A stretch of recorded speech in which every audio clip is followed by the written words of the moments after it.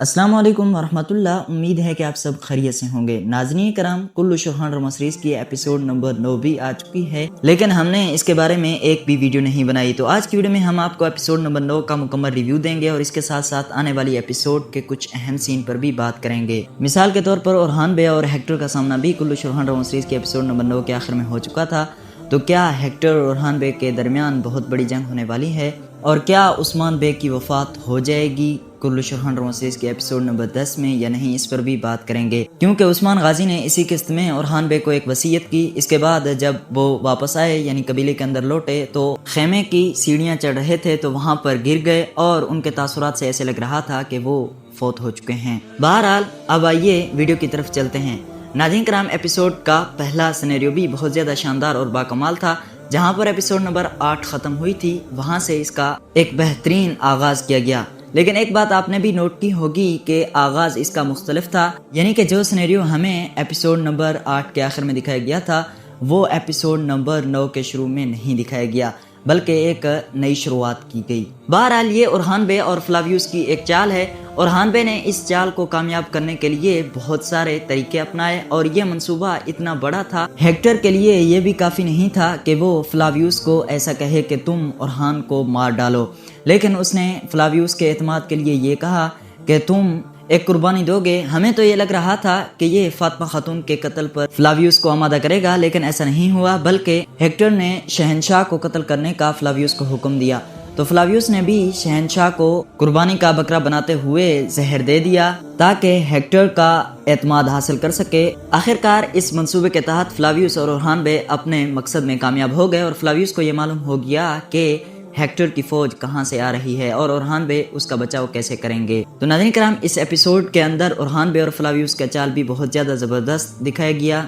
اور ادھر بوران بے اور جرکتائے بے کے الفاظوں سے یہ لگتا ہے کہ فلاویوس مسلمان ہوگا، اور ہم نے بھی آپ کو بتایا تھا کہ فلاویوس جلد اسلام کو قبول کرے گا اور ایک جانباز بنے گا اورحان بے کا. تو جس طرح اس ایپیسوڈ میں جرکتائے نے کہا کہ اگر فلاویوس کو ایک اچھا راستہ مل جائے جس طرح مجھے ملا تھا تو یہ ایک مظلوموں کے لیے آواز بن جائے گا اور ایک اچھا جنگجو بن جائے گا جو کہ اورحان بے کے مقابل ہوگا. بہرحال اور عبد الرحمن کو بھی بہت زیادہ سکرین ٹائم دیا گیا. یہ ترگت کے مقابلے کا تو ہے، لیکن اگر اس کے چلنے کا اسٹائل دیکھا جائے اور کلہاڑے گھمانے کا اسٹائل دیکھا جائے تو ترگت سے اس کا اسٹائل بالکل بھی نہیں ملتا. جس طرح دریلش ارطغرل میں ترگت دوسرے سپاہیوں سے مختلف چلتے تھے اور مختلف لڑائی کیا کرتے تھے، تو اسی طرح یہ بھی دوسرے سپاہیوں سے مختلف لڑتا ہے، مختلف چلتا ہے اور مختلف انداز سے بولتا ہے. اگر اسی طرح اسے بیسٹ ٹائم دیا گیا مداحوں کے دل میں بہت ساری جگہ بنا لے گا اور مداحوں کو اپنی طرف مائل کرنے لگے گا. اور اب بھی یہ مداحوں کو اپنی طرف کھینچ رہا ہے جس طرح چنگیز جوشکن نے مداحوں کو اپنی طرف توجہ کر لیا تھا. اس قسط میں ہمیں شہزادی اسپرچا کی اچھی فائٹ دکھائی گئی اور ہم نے آپ کو یہ بھی بتایا تھا کہ شہزادی اسپرچا تاریخ کے مطابق بہت زیادہ ذہین، ہوشیار اور بہت زیادہ لڑنے میں ماہر تھی. تو اس ایپیسوڈ میں وہ ہمیں دکھایا گیا کہ شہزادی اسپرچا کس طرح تلوار بازی میں مہارت رکھتی ہے. اگر دیکھا جائے تو الینا بوز نے بہت زیادہ محنت کی ہے، 2 اقساط نے بہت زیادہ اچھی تلوار بازی کی ہے. اور یہاں پر ہمیں درسن کا بھی یہ معلوم ہو چکا ہے کہ یہ کاراسی شہزادہ ہے اور ہم نے بھی آپ کو بتایا تھا کہ یہ کاراسی کا بیٹا ہے. اور حلیمہ خاتون اور درسن کے درمیان اب ایک بہت بڑی جدائی ہونے والی ہے. کچھ عرصے کے لیے حلیمہ خاتون درسن سے علیحدہ رہے گی. اور علاؤالدین بے اور فلاویوس کے درمیان جو گفتگو ہوئی وہ بھی بہت زیادہ شاندار اور باکمال تھی. اور آیا صوفیہ کے بارے میں کسی اگلی ویڈیو میں بات کروں گا. یہاں پر ٹائم تھوڑا ہے کہ کس طرح آیا صوفیہ میں صلیبیوں کی جنگ لگی تھی اور کس طرح انہوں نے آیا صوفیہ کو تباہ و برباد کیا تھا. اور کچھ اداکاروں کو کل شوہان ڈرامہ سیریز سے علیحدہ بھی کیا گیا ہے. تو ناظرین کرام، ان کا جانا یا نہ جانا کوئی معنی نہیں رکھتا تھا، بلکہ اگر یہ کل شوہان ڈرامہ سیریز میں ہوتے تب بھی انہیں سکرین ٹائم نہیں ملنا تھا. تو اسی طرح پرانے اداکاروں کو نکال کر اس میں کچھ نئے اداکار ڈالے ہیں جو کہ بہترین اور باکمال ہیں. باقی ان 2 بھائیوں کی شہادت کے سینیریوز بہت زیادہ غمزدہ اور بہت زیادہ غمگین تھے. اور آپ نے اس ایپیسوڈ کے اندر فلاویوس اور فاطمہ خاتون کی اظہار محبت کو بھی دیکھا. ہم نے آپ کو بتایا تھا کہ فاطمہ خاتون فلاویوس سے محبت کرتی ہے لیکن اسے یہ بتا نہیں رہی کہ میں تم سے محبت کرتی ہوں. اس ایپیسوڈ کے اندر اس نے یہ راز بھی ظاہر کر دیا کہ میں تم سے محبت کرتی ہوں.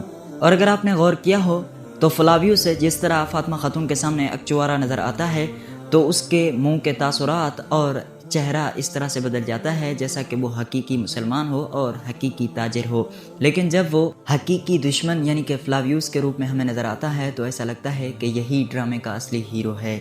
اب آخر میں بات کر لیتے ہیں عثمان بے کی وفات کے بارے میں۔ تو ناظرین کرام، ہمارے خیال کے مطابق ایپیسوڈ نمبر 10 میں عثمان بے کا کردار ختم کر دیا جائے گا، یعنی کہ عثمان بے کی وفات دکھا دی جائے گی۔ اب آپ مجھ سے یہ کہیں گے کہ تاریخ کے مطابق تو عثمان بے کی وفات اس وقت ہوئی تھی جب برسا بالکل فتح ہو چکا تھا، اور عثمان بے اسی وقت جب اورحان بے آپ کے پاس خوشخبری لے کر آئے تھے تو وہاں پر عثمان بے کا انتقال ہوا تھا۔ ناظرین کرام، کچھ تاریخ دانوں کے مطابق عثمان بے نے یہ وصیت کی تھی کہ مجھے برسا میں دفن کرنا، لیکن عثمان بے کی وفات اس سے پہلے ہو گئی تھی، یعنی کہ برسا ابھی فتح نہیں ہوا تھا، عثمان بے اس دنیا سے چل بسے تھے۔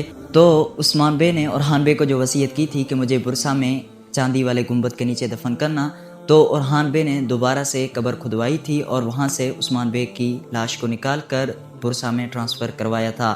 تو اسی تاریخی حوالے کا سہارا لیتے ہوئے محمد بزداق عثمان غازی کی وفات یہاں پر دکھا سکتے ہیں، اور یہ بھی ہو سکتا ہے کہ ایپیسوڈ نمبر 10 میں عثمان بے کی وفات دکھائی جائے اور 1 یا 2 ایپیسوڈ تک عثمان بے کی لاش باہر رکھی جائے اور ایپیسوڈ 12 یا 13 میں برسا کو فتح کروایا جائے اور وہاں پر عثمان بے کی لاش کو دفن کیا جائے، لیکن ایسا ہونا مشکل ہے۔